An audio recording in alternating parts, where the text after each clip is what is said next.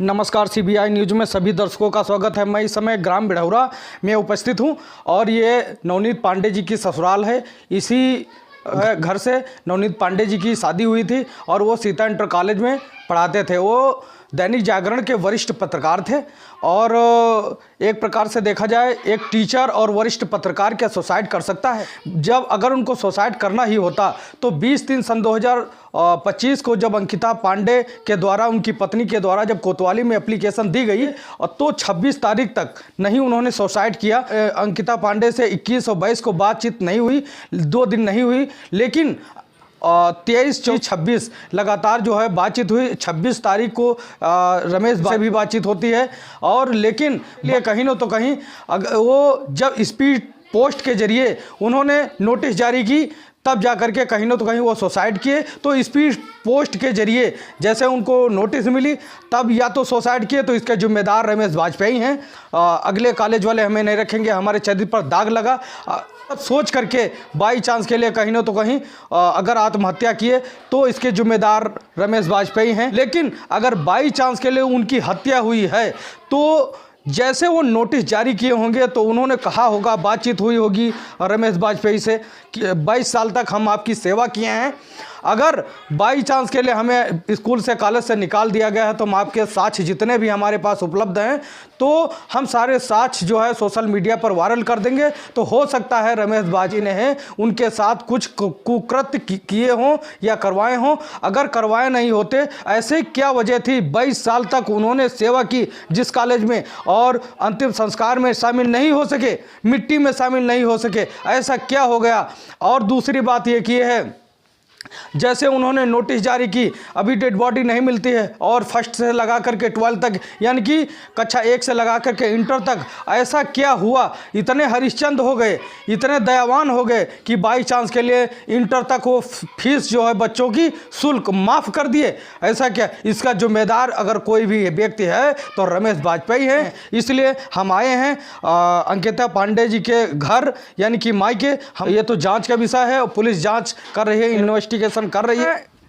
उनकी पत्नी से बातचीत करूंगा और उनकी बेटों से भी बातचीत करूंगा कि कल जो है ये लोग मिट्टी में शामिल होने के लिए गए थे और वहां पर जब ये गई पांडे जी की बीवी, तो इनको जो है डेड बॉडी को देखने नहीं दिया गया। अपना नाम बता दीजिए। सर, मेरा नाम अंकिता पांडे है। क्या नाम है? अंकिता पांडे। अंकिता पांडे जी, मेरे साथ में मेरे हस्बैंड का विवाद हुआ। जी जी। गुप्ता एक महिला मोर्चा की अध्यक्ष हैं महमूदाबाद की। जी जी। और उनके मेरे पास साक्ष्य भी रखे हैं। नहीं, आप एप्लीकेशन जो है कोतवाली में दिए थे? जी, एप्लीकेशन हमने दी थी, तो उनके मेरे पास साक्ष्य भी रखे हैं। जी जी। कि उन्होंने मेरे आदमी को गुमराह करके, फंसा करके मेरे साथ साजिश करने की कोशिश की और उन्होंने बाकायदा सब उसमें मेरे पास चैट भी रखी है, उसमें लिखा भी है कि उनको समझाते रहिए, पछाते रहिए, फिर बाद में नहीं होगा, वो नहीं समझेंगी तो शादी की जाएगी। और भैया मेरी बात ये नहीं समझ में आती है शुरुआत से लेके कि उन्होंने भी यही गुप्ता ने कि ये महोत्सव जो चल रहा होगा तो महोत्सव के बाद में सारा सिस्टम प्लानिंग से। अच्छा अच्छा। जी, उन्होंने लिखा था सारा सिस्टम प्लानिंग से। हाँ, ये है कि अच्छा, चैट किया था उसने? जी, हाँ। व्हाट्सअप चैटिंग है, वो मेरे पास साथ रखे हैं। अच्छा अच्छा। और इसी पे हमने जब सवाल उठाए तो मेरे दोनों लोगों में विवाद हुआ था।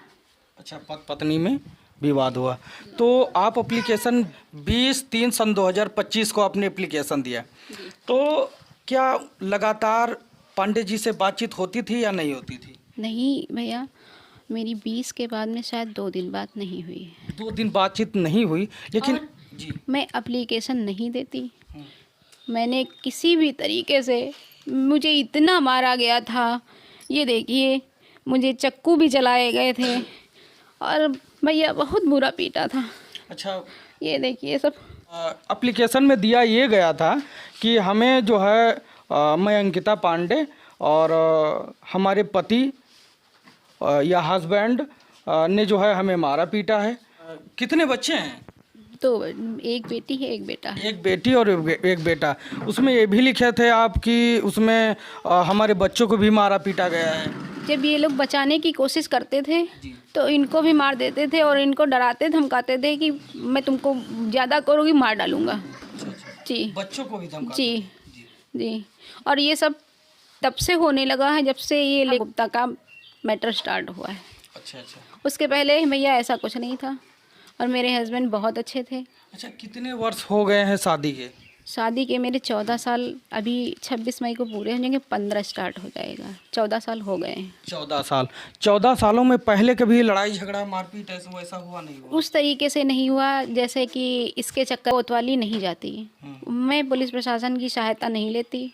सबसे पहले ये हमको भाई किसी तरीके से बहुत बच के, बहुत ही मुश्किलों से मैंने अपने नंबर से लैट्रीन में जाके किसी भी तरीके से मैंने अपने भाई को मैसेज किया था कि भाई आओ, नहीं तो ये मार डालेंगे हमको। अच्छा। और भाई ने 1-1.5 घंटे के बाद में मैसेज जब देखा है तो मेरी बहन एकता तिवारी और मेरे बहनोई साहब यहीं पे थे। बहन के एग्ज़ाम चल रहे थे तो इसी कारण से वो दोनों लोग यहाँ थे, तो उन्हीं की गाड़ी से ये लोग पहुँचे थे। मेरे पिताजी तो बाद में पहुँचे थे वहाँ पे।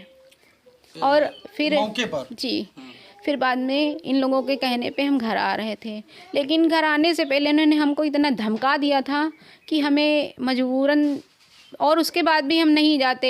इन्होंने कहा कि जाओ, तुम जाओ, मैं अभी सुसाइड कर लूँगा जाके और तुम लोगों को और तुम्हारे घर वालों को फंसा दूंगा जाके। अच्छा अच्छा। तो हम भैया इनका बहुत दूर तक पीछा भी किए, आगे गुलरामू के उधर तक। फिर ये जब देखे कि हम आ रहे हैं पीछे से तो ये बाईपास पे मुड़ के पता नहीं कहाँ चले गए थे। फिर उसके बाद में मैं रमेश वाजपेयी के पास भी गई थी। अच्छा, आप गई थी? जी, उनके घर वैसे ही नाक से भी ब्लड आ रहा था, हाथ से भी ब्लड निकल रहा था। जैसी कंडीशन में थी वैसे ही हम वहाँ उनके यहाँ गए थे। तो उन्होंने क्या बताया? उन्होंने हमसे कहा कि क्या साक्ष्य है तुम्हारे पास। मैंने बताया कि मेरे पास सारे साक्ष्य हैं सर। तो उन्होंने सारे साक्ष्य भी ले लिए हमसे। अच्छा अच्छा। और उसके बाद भी कौन सी डेट को लिए? 20 तारीख को 20 ही तारीख को जो है उन्होंने सारे साक्ष्य आपसे ले लिए थे। और फिर भी मुझे उनसे कोई वो नहीं मिला। तब जाके भैया कि अभी खुदा न खास्ता कुछ हो जाएगा तो मैं तो फंसूंगी ही फंसूंगी, मेरे घर वाले भी जाएंगे। सिर्फ इस वजह से हम गए थे कोतवाली को। अच्छा अच्छा। फिर मेरी डॉक्टरी हुई, मुकदमा दर्ज हुआ, लेकिन अभी तक उस पर कोई ऐसा एक्शन नहीं लिया गया। और वो तो जहाँ गए, मेरा भैया सब कुछ चला गया। जिसका पति नहीं तो उसका कुछ नहीं। ऐसा नहीं कि विवाद किसी में नहीं होता, इससे ज़्यादा पत्नी में सभी लोग के साथ विवाद होता है। अगर एक जगह पर बर्तन रखे हुए हैं, चाहे जितना बचा करके रखो, तो जो है थोड़ा बहुत जो है खनखनाहट की आवाज़ ज़रूर आएंगे। तो देखा जाए पति और पत्नी के बीच विवाद होता ही रहता है, कहीं कहीं कम होता है, कहीं कहीं ज़्यादा होता है, लेकिन इतना विवाद नहीं होता है। तो आप उस पर क्या कहना चाहते हैं कि कौन सी डेट में जब आपसे बातचीत हुई, 24 को कि 23 को बातचीत हुई, तो वो आत्महत्या किए या किए तो कब किए, और मोटरसाइकिल उनकी मिली तो कहाँ मिली, कैसे मिली? सर, मेरी जब बात हुई तो उन्होंने ये भी एक्सेप्ट किया जी कि मैं वापस आ रहा हूँ। आपसे कहा था? जी। वीडियो कॉल पर? नहीं, कॉल पे। अच्छा अच्छा। और बीच में बात मेरी हुई तो उन्होंने कहा कि अंकिता, मैं यहाँ से वहाँ पहले बनारस गया हूँ, बनारस से इलाहाबाद गया हूँ, और इलाहाबाद के अब बहुत आगे हैं। तुमने कहा कहाँ हो? जहाँ कहीं भी हो वापस आ जाओ, अगर मैंने गलती की है तो उसको मैं वापस ले लूँगी। तुमने कहा ठीक है, तुम वापस लो, मैं आता हूँ। और उन्होंने कहा हमसे कि अंकिता, मैंने 2 बार सुसाइड करने के लिए कोशिश की, लेकिन मुझे बच्चों की बहुत याद आ गई, मैं नहीं कुछ कर पाया। किसी भी सुनात भी नहीं चाहता है कि मैं मर जाऊं। ऐसा कहने के बाद भैया, जो आदमी मेरे कहने पे यहाँ तक आ जाएगा, उसके बाद में क्या हुआ मैं भी ये जानना चाहती हूँ। कि लास्ट टाइम सब हमको ब्लेमिंग कर रहे हैं, मेरे परिवार वालों को ब्लेमिंग कर रहे हैं कि इन्होंने इनको मार के डाल दिया, माँ ये कर दिया, वो कर दिया। मैं भी भैया जानना चाहती हूँ कि मेरे आदमी के साथ ऐसा क्या हुआ कि मेरे आदमी ने सुसाइड की, वो इतना क्यों मजबूर हुआ। मुझे इंसाफ चाहिए भैया, मुझे इंसाफ चाहिए। और जैसे उन लोगों ने कहा तो मेरा नंबर मेरे परिवार वालों का नंबर, सबका नंबर ट्रैक करके, लोकेशन पता करके मैं सब कुछ देने के लिए तैयार हूँ कि पता किया जाए कि इसमें किसकी गलती है। मतलब उन्होंने बताया कि बच्चों की याद आई, हम जो है आत्महत्या करने जा रहे थे, सुसाइड करने की कोशिश किए, लेकिन बच्चों की याद आई और हम जो है सुसाइड नहीं किए। ऐसा क्या लगता है आपको कि बच्चों की याद आ गई तो क्या वो सुसाइड कर लिए होंगे? नहीं भैया, मेरी उसके बाद में बात हुई। ये 24 की बात है? जी 24 को? जी 23-24 की बात है ये। अच्छा। कि उन्होंने सुसाइड नहीं किया। कुछ ऐसे तथ्य हैं मैं तो भैया नहीं जान सकती हूँ।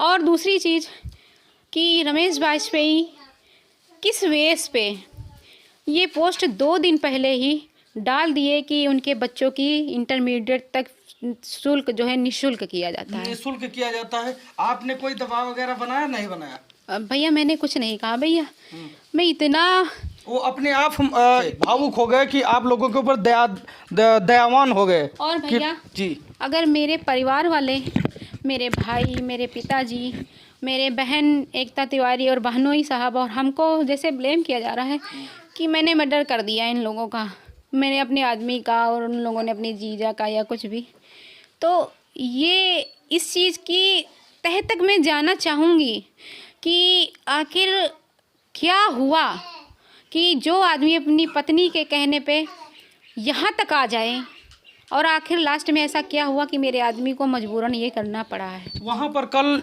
जब अंतिम संस्कार किया जा रहा था, कुछ लोग बातचीत कर रहे थे कि आगरा 26 तारीख को जो है रमेश वाजपेयी से बातचीत होती है, पांडे जी से, और इसके बाद में करीब 11 और 12 बजे 11-12 बजे बातचीत होती है और 3 बजे कितना टाइम था जो है जूते चप्पल या उनके मोटरसाइकिल वगैरह मिली थी?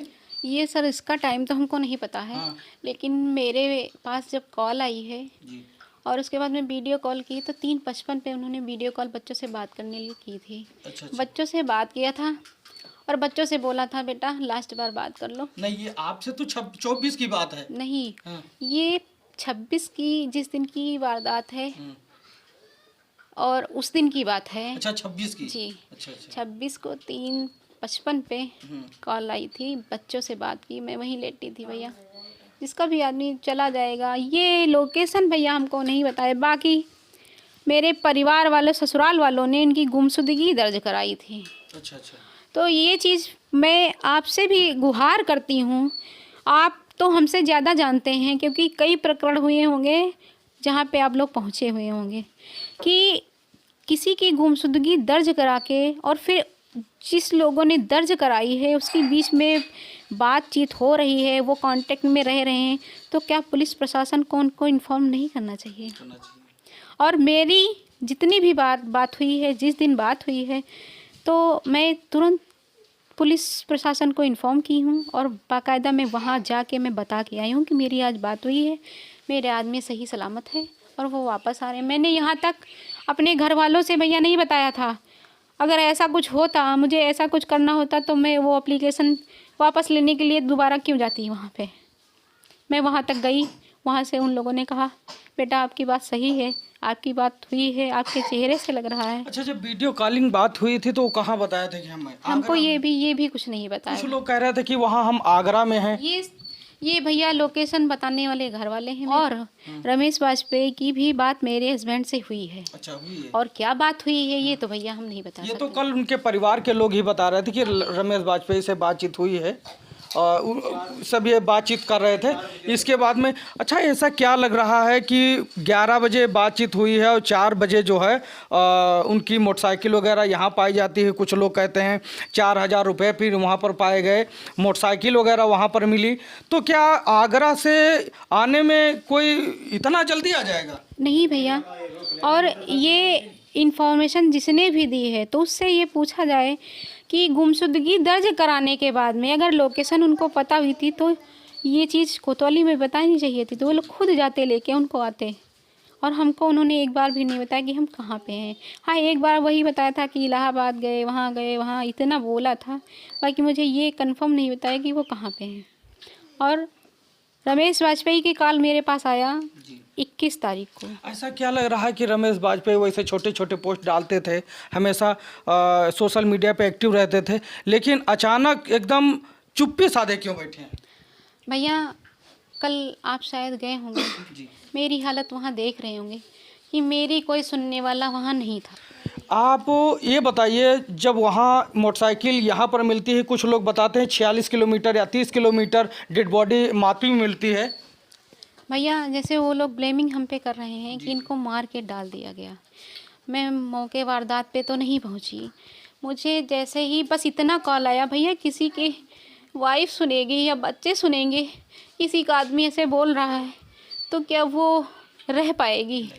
मेरा भाई पतंग उड़ा रहा था बगल वाले घर में, वो भैया बहुत तेज़ से यहाँ सब रोने चिल्लाने की आवाज़, बच्चे रोने लगे, हम रोने लगे खूब चीख चीख के। और तुरंत मेरे भाई ने या किसने भी मेरे घर से कोतवाली को तुरंत फ़ोन किया, तो उन लोगों ने तुरंत इनका नंबर ट्रैक करवाया। तब जब वो वहाँ की लोकेशन जब उन्होंने ट्रैक की है, और मौके पे दरोगा जी एक थे, वो भी मेरी बहनोई की ही गाड़ी से साथ में वहाँ गए थे। उन लोगों का आरोप है कि ये सबसे पहले कैसे पहुँचे, और वहाँ पे पुलिस प्रशासन यहाँ से मेरे साथ इन लोगों के साथ में वहाँ गई थी। कल बातचीत चल रही थी, अर्पित शुक्ला जी बता रहे थे कि वो कभी पैंट, जीन्स और टी शर्ट नहीं पहनते थे। भैया बिल्कुल पहनते थे? बिल्कुल पहनते थे। पहले की तो हम नहीं बताते थे, शादी के पहले की, लेकिन शादी के बाद मैं खुद उनको ला के दी हूँ, वो पहने हैं। अच्छा। बहुत पहनते थे, बस ये है कि स्कूल कैंपस के अंदर वो कभी नहीं पहनते थे। भैया मेरे साथ 14-15 साल हो गया है, मेरे से अच्छे से कोई नहीं जान सकता है कि वो क्या पहनते थे, क्या खाते थे, क्या पीते थे, क्या अच्छा लगता था, हमसे अच्छे से कोई नहीं जान सकता है। और मैं ये कह सकती हूँ, मेरे पास साक्ष्य भी हैं, एक नहीं हज़ारों साक्ष्य हैं, जिसमें वो टी शर्ट भी पहने हैं, पैंट भी टी शर्ट पहने और जीन्स की पैंट भी पहने हैं। और हाँ, स्कूल कैंपस के अंदर नहीं पहनते थे। अच्छा। टी शर्ट और जीन्स पहन के स्कूल के अंदर वो। अच्छा, क्या वो साक्ष्य आपको हैं, हमें उपलब्ध करा सकती हो? जी बिल्कुल। चलिए देखिए, आप लोगों को स्क्रीन पर जितने भी टी शर्ट और जींस के फोटोज वगैरह हैं, सभी आप लोगों को स्क्रीन पर देखने को मिल रहा होगा कि एक प्रकार से कहीं न तो कहीं जगह जगह पर सुनने को ये मिलता है कि वो कभी जीन्स और टी शर्ट नहीं पहनते थे। लेकिन जैसे एक फ़ोटो वायरल होती है, वो शायद गुमशुदगी की, और फोटो पीछे शायद त्रिशूल बना हुआ है, वो भोलेनाथ मंदिर के, भोलेनाथ के दरबार का है, पीछे त्रिशूल है, उसमें भी टी शर्ट और जींस शायद है। और न जाने कितने फ़ोटोज़ हैं जो सभी में जो है टी शर्ट और जींस में ये दिख रहे हैं नवनीत पांडे जी। अब इससे ज़्यादा क्या कहना चाहते हैं कि कुछ लोग कहते हैं कि वो नहीं पैंट शर्ट पहनते थे, कभी जींस और टी शर्ट पहनते ही नहीं थे। अब मैं इतना कुछ दिखाने की कोशिश कर रहा हूँ, और क्या कहना चाहते हैं? भैया हर तरीके से मुझे ब्लेम किया जा रहा है। मैं यही गुहार करना चाहती हूँ, मुझे इंसाफ चाहिए और मुझे सीबीआई जांच, मुझे ये दिखाया जाए कि हाँ ये वही थे। और यहाँ तक कि मुझे हर तरीके से गुमराह किया गया, भगाया गया, प्रताड़ित किया गया है।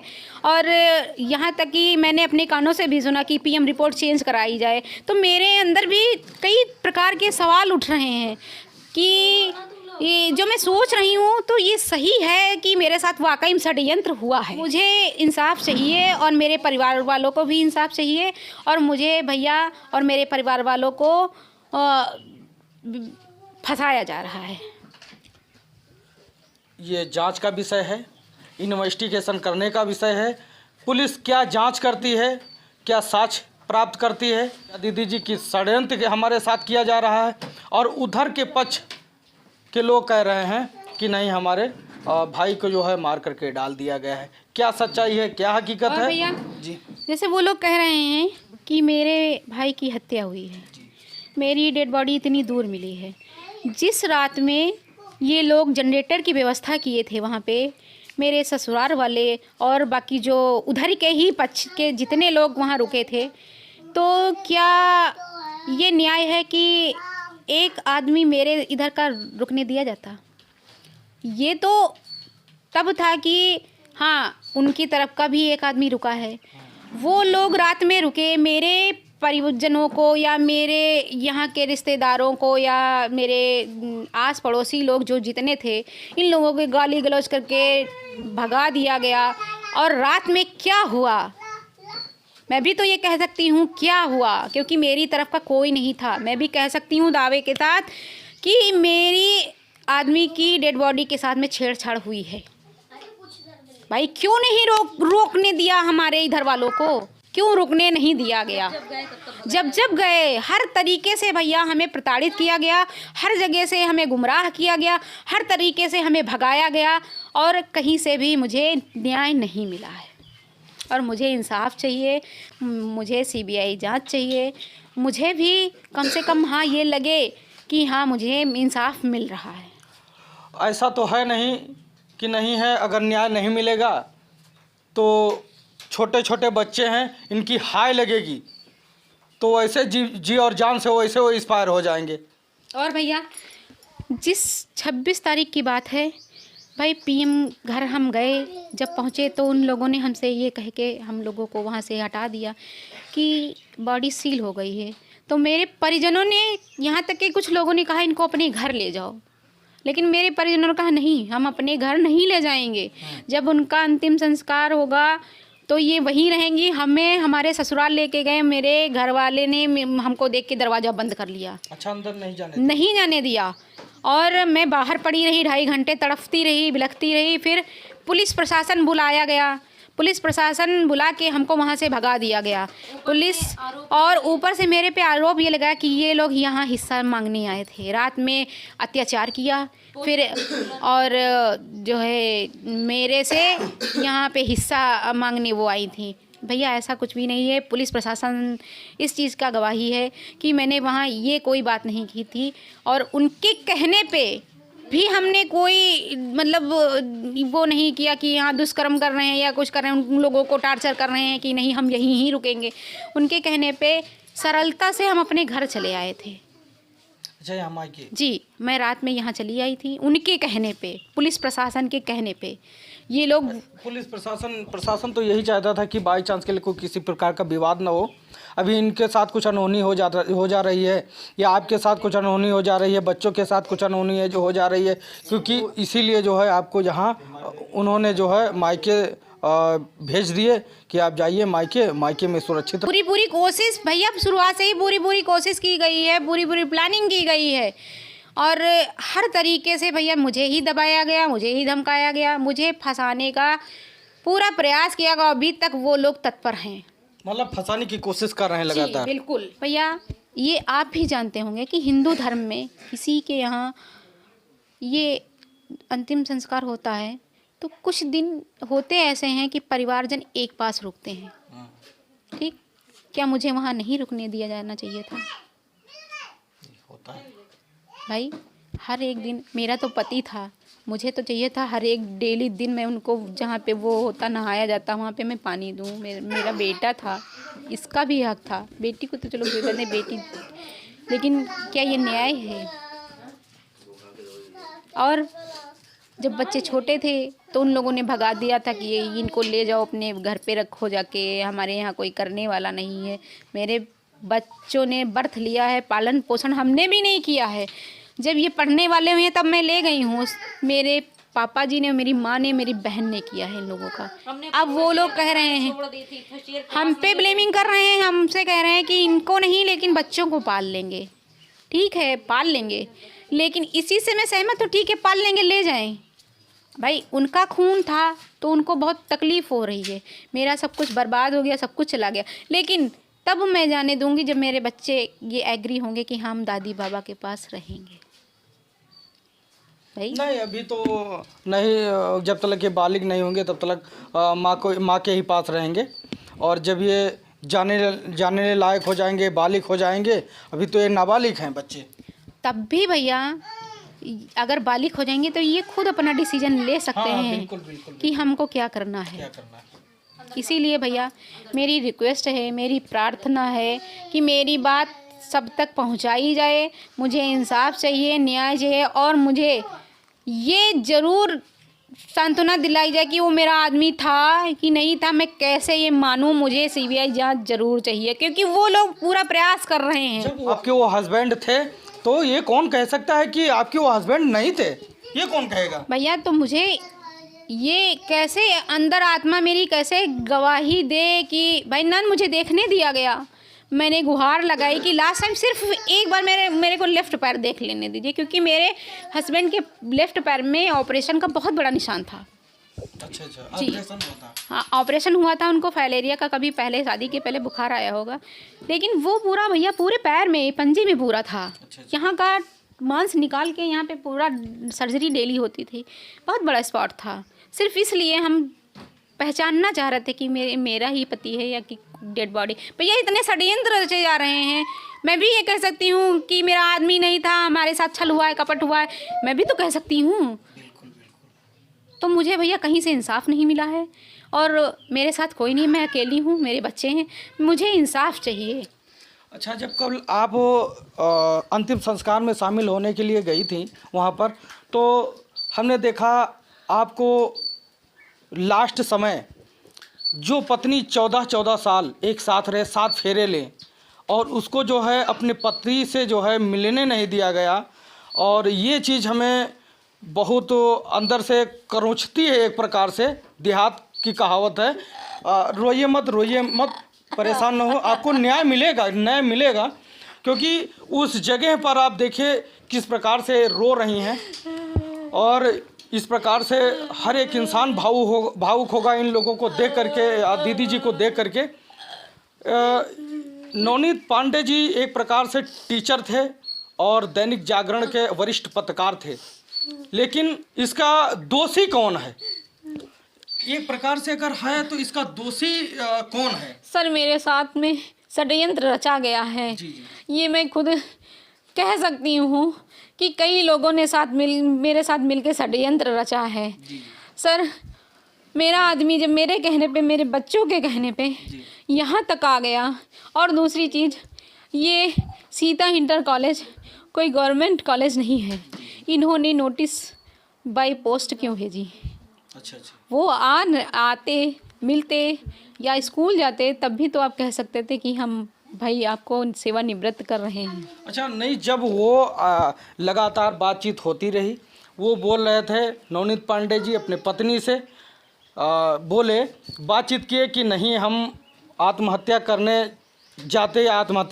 के लिए गए थे, लेकिन हमें बच्चों की याद आ गई। उन्होंने जो है सुसाइड नहीं किया, रिटर्न आ रहे थे, लेकिन जब ये इन्होंने नोटिस भेजा, रमेश बाजपेयी ने नोटिस भेजा, उन नोटिस को देखकर शायद इसी बात को लेकर के जो उन्होंने आत्महत्या किया। क्या कहना चाहती हैं? सर ये नोटिस तो हमने नहीं देखी थी, लेकिन ये बाद में हमारे संज्ञान में आई है।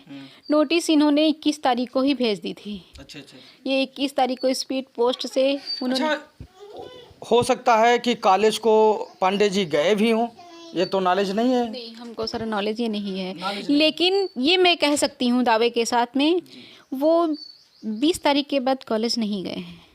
नहीं गए। एक प्रकार से वो टीचर थे।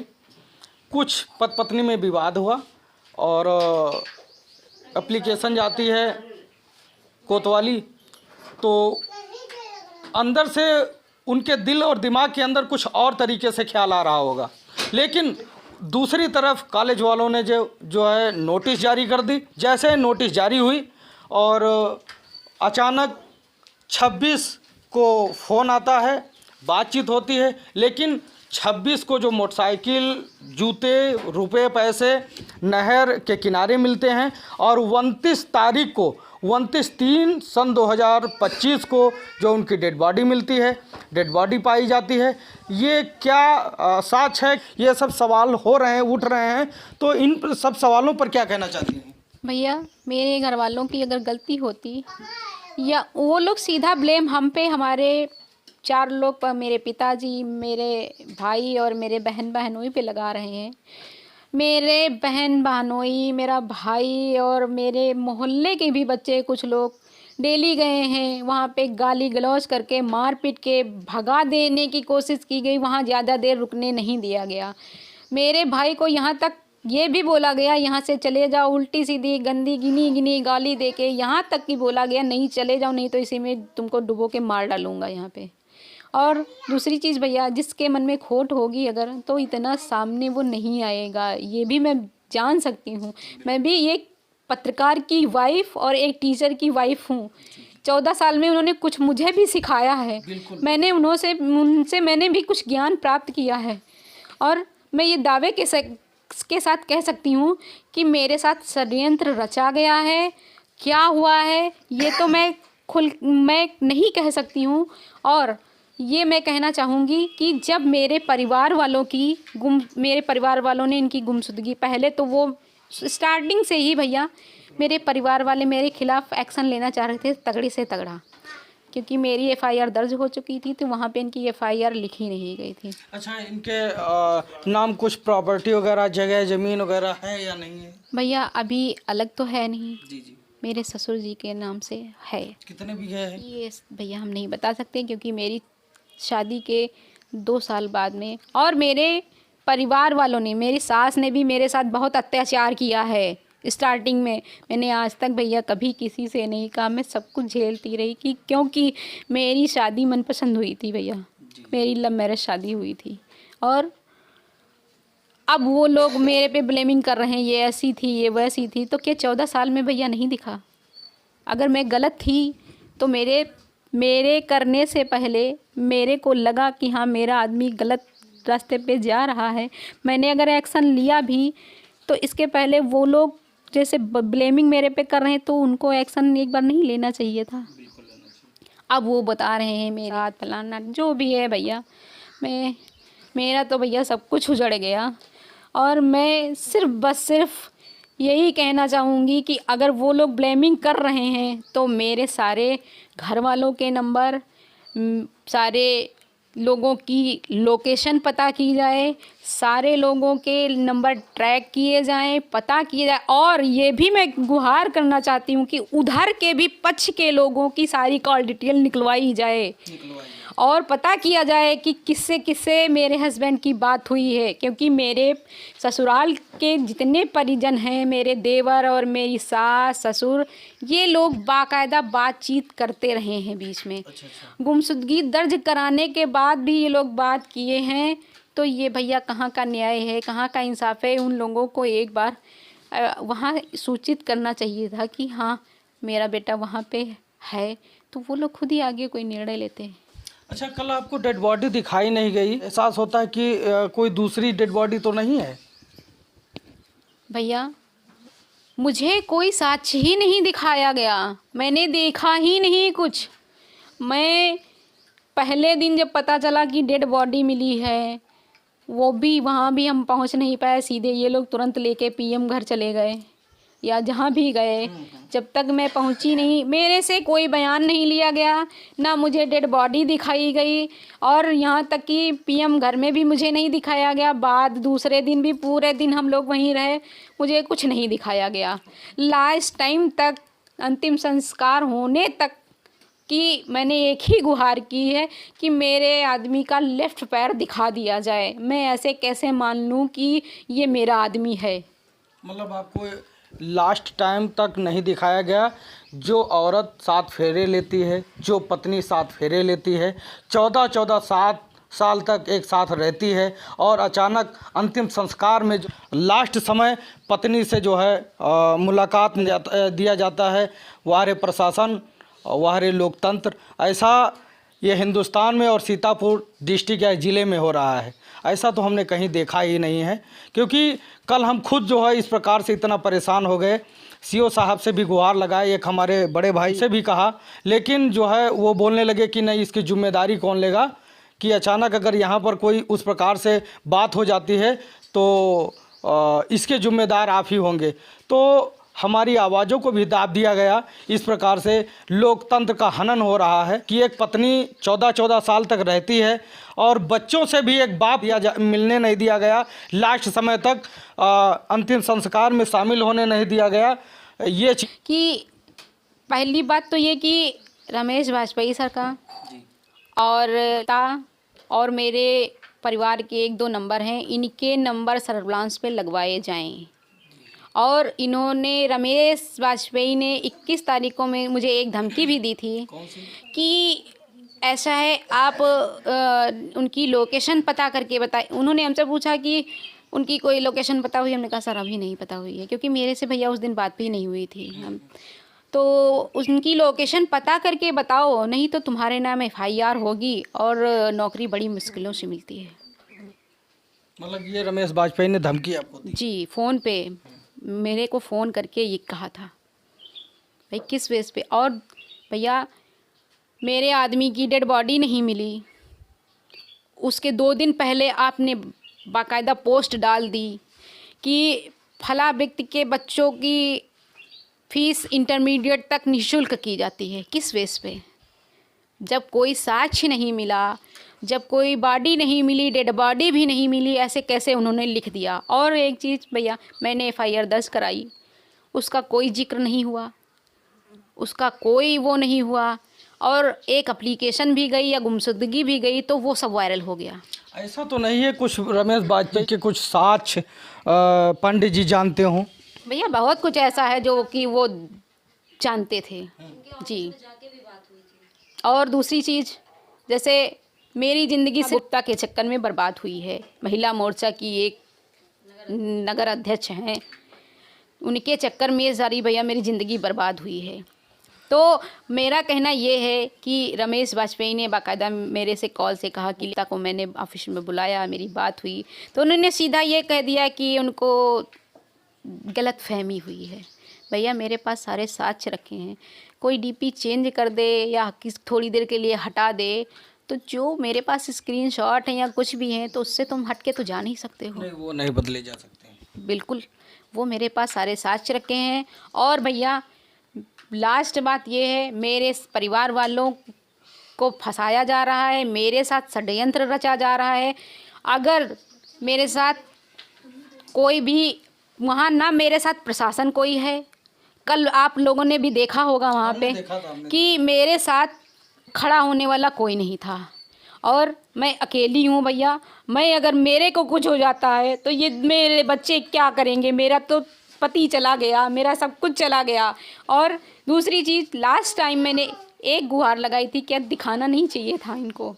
मैं कैसे ये अपने दिल को तसल्ली दिलाऊं या कैसे अपने मन को सांत्वना दिलाऊं कि वो मेरा ही आदमी था?